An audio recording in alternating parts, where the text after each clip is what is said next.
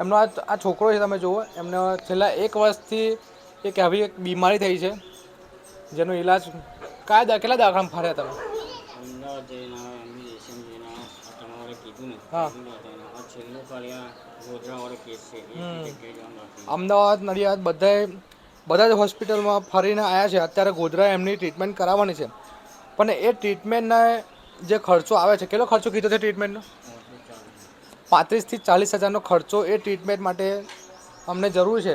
પણ એમને પોતાની હાલત, એમને પોતે પણ એક બીમારીથી લડી રહ્યા છે, કેન્સરની બીમારી પોતે પણ છે એમને, અને એ હાલતમાં અત્યારે એમની જોડે કંઈ એવી સગવડ છે નહીં કે એમ આ છોકરાની ટ્રીટમેન્ટ થાય. ચરોતરના જેટલા બી લોકો મારા આ વિડીયો જોવે છે, તમારે જેટલો બને એટલો આ વિડીયો શેર કરો અને સપોર્ટ કરો. નીચે કોડ અને નંબર આપેલો છે, જેટલું બને તમારો સહયોગ આપો, જેથી આપણે આટલી નાની ઉંમરમાં આવી બીમારીથી 1 વર્ષથી લડી રહ્યા છે.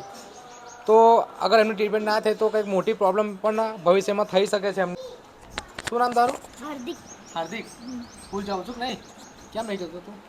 એડમિશન કાઢી નાખ્યું. એડમિશન કાઢી નાખ્યું? ઇન્ફેક્શન બીજાને કોઈ અડે નહીં એટલા માટે પછી સ્કૂલમાં દાખલો પણ કાઢી દીધો છે આનો.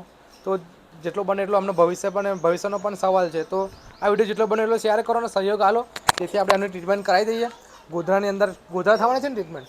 ગોધરાની અંદર આ છોકરાની ટ્રીટમેન્ટ થવાની છે અને 35,000 થી 40,000 રૂપિયાનો સહયોગ આમાં લાગશે, હોસ્પિટલનું બિલ.